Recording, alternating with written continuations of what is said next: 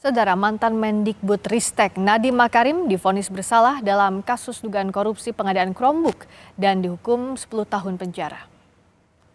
Dalam pertimbangannya, Majelis Hakim menyebut perbuatan yang dilakukan Nadiem dilakukan secara terencana dan menimbulkan dampak luas, terutama terhadap sektor pendidikan.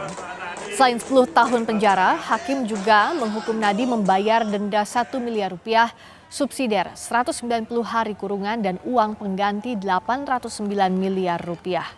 Apabila Nadiem tidak dapat membayar, maka harta kekayaannya dapat dirampas dan dilelang. Jika harta tidak mencukupi, maka diganti 5 tahun kurungan.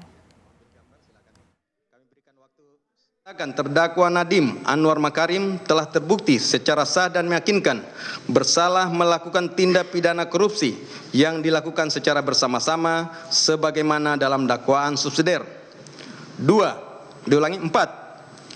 Menjatuhkan pidana kepada terdakwa oleh karena itu dengan pidana penjara selama 10 tahun dan pidana denda sejumlah 1 miliar yang harus dibayar dalam jangka waktu 1 bulan dan dapat diperpanjang untuk paling lama 1 bulan sejak putusan berkekuatan hukum tetap.